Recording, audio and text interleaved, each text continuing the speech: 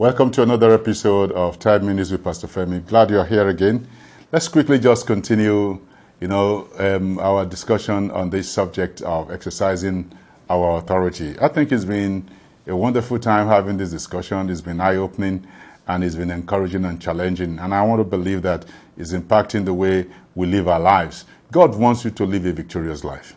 That one, there is no gainsaying about it. God does not want any believer to live a defeated life. God knows that there's an adversary against us. God knows that there is a devil that is coming against us.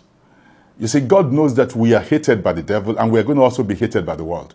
Now, when the world hates us, don't let us get something wrong. When the world hates us, those people are not just hating us because they want to hate us. They are hating us because there's a devil that is making them to hate us. So it is the devil walking through them. Our job is not to hate them back. Our response is not to hate them back. Our response is to deal with the devil that is making them to do what they're doing. So the devil is the major challenge. He's the one that is after us and is after destroying us. Our responsibility and our focus must be that, no, we are overcomers and we are going to show the devil. We are going to make sure that the devil loses every time. I remember some times ago in my life, I made up my mind and I promised God. I don't know what came on me that day. And I promised, I said, God, I want to promise you that I will never lose another battle again in my life. So if there is a battle, the devil comes against me, I am going to come out victorious. I am going to win. Why do I say that? Because I know that I have authority over the devil. I know that whatever I bind is bound, and whatever I desire, I'm going to get. That's what God promised. Somebody might say, well, but it might not work. No, it works all the time. Because the word of God always works. God is not a man that he should lie. Whatever he says is what he will do. But somebody say, well, somebody tried it and it didn't work. No, don't go there. Don't use people as your own example. The word of God is an authority on its own. It doesn't matter whether it works for anybody or it didn't work for anybody. You don't need anybody to help to validate God. And you don't need anybody to help to validate the word of God. The Bible says that let every man be a liar, but let God be true. So the word of God is the truth. But God is the one that cannot lie. So if a man says, I tried something and it didn't work, well, you need to also look at what the Bible says. And the Bible says, if you do this, it's going to work. That's what God says. So whom are you going to believe, a man or God?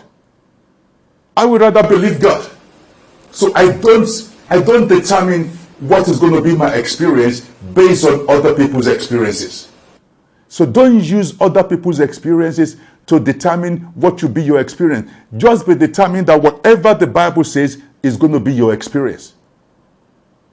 Whatever the Bible says. So it doesn't matter how many people it didn't work for you. You know, when I was a younger Christian, maybe you are believing God for healing. And they will tell you that, no, you cannot do that. You need to do this, you need to do this. They will tell you, I know somebody that did like this and the person died. Yeah, but hey, look at it today. I'm still here. I'm not dead. So there are so many of us also that believe the word of God and we didn't die. So it's important to build your own testimony that is based on the word of God.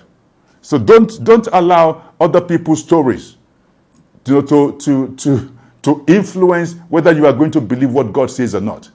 If somebody's experience does not line up with the word of God, then that experience needs to be changed. That experience is what you should be doubting. You cannot be doubting the word of God. The word of God is always true. And the word of God will always work. So make up your mind, you are not going to lose another battle again in your life. Anytime the devil comes against you, you are not going to lose. You are going to come out victorious because you are going to resist him. You are ready to fight. You are not like the Ephraimites. You are ready to fight. And you will fight, and God is with you. So we read in James chapter 4, verse 7, the last time he said, submit yourself to God, resist the devil, and what will happen? The devil will flee. It didn't say when you resist the devil will become stronger. Or the problem will just become bigger. People will tell you, this problem, as you start now, the thing will get bigger, the thing will get stronger. No. That's not what the Bible says. So stop saying what the Bible did not say. Somebody say, well, that is from my experience. Thank God for the experience. You can't argue with the experience, but at the same time, you can't argue with the word of God. You are going to have to take the word of God above the experience. So somebody said, well, I tried this. The thing got worse. The thing got stronger. The enemy came after me. I nearly lost my life. Too bad. I'm sorry for that. But you are not my final authority, and you are not the one I'm following. You are not God. Your experience does not validate the word of God. The word of God stands on its own. And what God says is that if I resist the devil, he didn't say that the devil is going to kill me. He said the devil is going to flee. He's going to run. Well, you know, sometimes the devil might not run at the same hour. It might seem as if the problem is growing bigger. What does the Bible say? Resist the devil. That's all. Do your job. If you do your job, the devil will do his job. Hallelujah.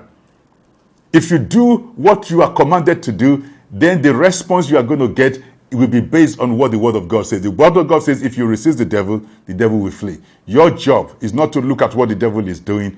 Your job is to do what the Bible says you should do. Don't tell me that, well, I resisted but the devil did not flee. What do you do after that? You stop resisting? Is that what the Bible says? No, the Bible says resist the devil. What do? Keep resisting.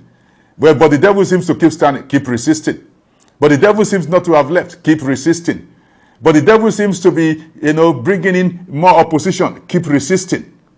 That's what the Bible tells you to do. Just do what the Bible says you should do. That's what Mary told those servants in John chapter 3. He said, whatever he tells you to do, just do it. Don't worry about anything else. Don't worry whether it is working. Don't worry whether it's not working. It is not your job to bring it to pass. It is God's job to bring it to pass. So why are you taking on the responsibility that does not belong to you? It is the responsibility of God to make sure that the devil flee. But it is your responsibility to resist the devil. So if you start resisting the devil, then there's no way the devil is going to flee. But if you keep on resisting the devil will flee. That's what the Bible says. Ephesians chapter 4 verse 27. Another very small scripture, but very powerful. And what does it say? It says, neither give place to the devil. It said, don't give place to the devil. Don't give the devil a chance in your life. Don't accommodate the devil. Don't give him a place. Oh, the devil, maybe the devil showed up in your life, one day, maybe in the morning you just woke up and then you feel a slight headache. Oh, don't say, oh, my headache has come again. What am I going to do now? Oh, God. Hey, it seems I have to go and sleep today. I can't do anything today. When this headache comes, it incapacitates me for 3 days. So it means that for the next 3 days, there's nothing I can do. No. That's not what you do. What you have just done is to welcome the devil. What you have just done is to tell the devil, say, come and sit down. Let's have a party. I've been looking for you, so we are going to be here for 3 days together. No, that's not what the Bible says. What does the Bible say? Say, don't give him a place. The moment you feel the headache, what do? Say, come on, devil, in the name of Jesus, get out of here. I have no room for you. That's not giving him a place. Say, we are not partying. I used to accommodate you before. I'm not going to accommodate you again. Neither give place to the devil. Anytime the devil shows up, run him out of town. Run him out of your house. Run him out of your life. Even if it comes in a thought. And the thought just comes into your mind as if that tells you, oh, you are going to fail. You will not succeed. What do? Neither give place to the devil. Oh, the thought just comes into your mind and say, hey, this temptation, you are going to fall into sin. What do? Neither give place to the devil. Tell the devil, get out of here. No, that's not what is going to happen. If it is sin, he said, tell the devil. The Bible says, sin shall not have dominion over me. Sin shall not have power over my life. So I'm not going to sin. The power of sin over me is broken. I choose to walk in the word of God and resist the devil. If it is a case of failure, let the devil know. The Bible says, whatsoever he doeth shall prosper. So you tell the devil, that's what the Bible says, and that's what I'm going to experience. So take your failure and leave. So don't give place to the devil. Let's read one more scripture before our time is fully gone. 1 Peter chapter 5, verses 8 and 9. It says, be sober, be vigilant, because your adversary the devil, as a roaring lion, walketh about seeking whom he may devour. You see that the devil is going around looking for the person that he can destroy. The devil does not know whom he can destroy. So when he comes to you, he doesn't know whether he can destroy you or not. It is how you react that will let him know that he can devour you. If you resist him, then he knows that no, you know what you are doing, you are no longer ignorant, and you are not going to tolerate him, so he will flee. But if you accommodate him, he knows that you are ignorant, you don't know who you are, you don't know what you have, you don't know what you can do, so he will devour you. But what did the Bible say? The Bible tells us that the devil is going around looking for whom he may devour. It means he cannot devour everybody, and he doesn't know whom he can devour. So he has to test everybody. So when he tests you, what should you do? He said, whom resist steadfast in the faith. So it's not the case that I resisted the devil and then the devil just stayed there, so I gave up. No. The Bible says, be steadfast with it. Don't give up, don't change, don't turn around. Be steadfast with it. Resist him steadfast in the faith. That's what God has called us to do. It's time to start doing that. Be steadfast. Steadfast means I'm not going to change. I'm firm.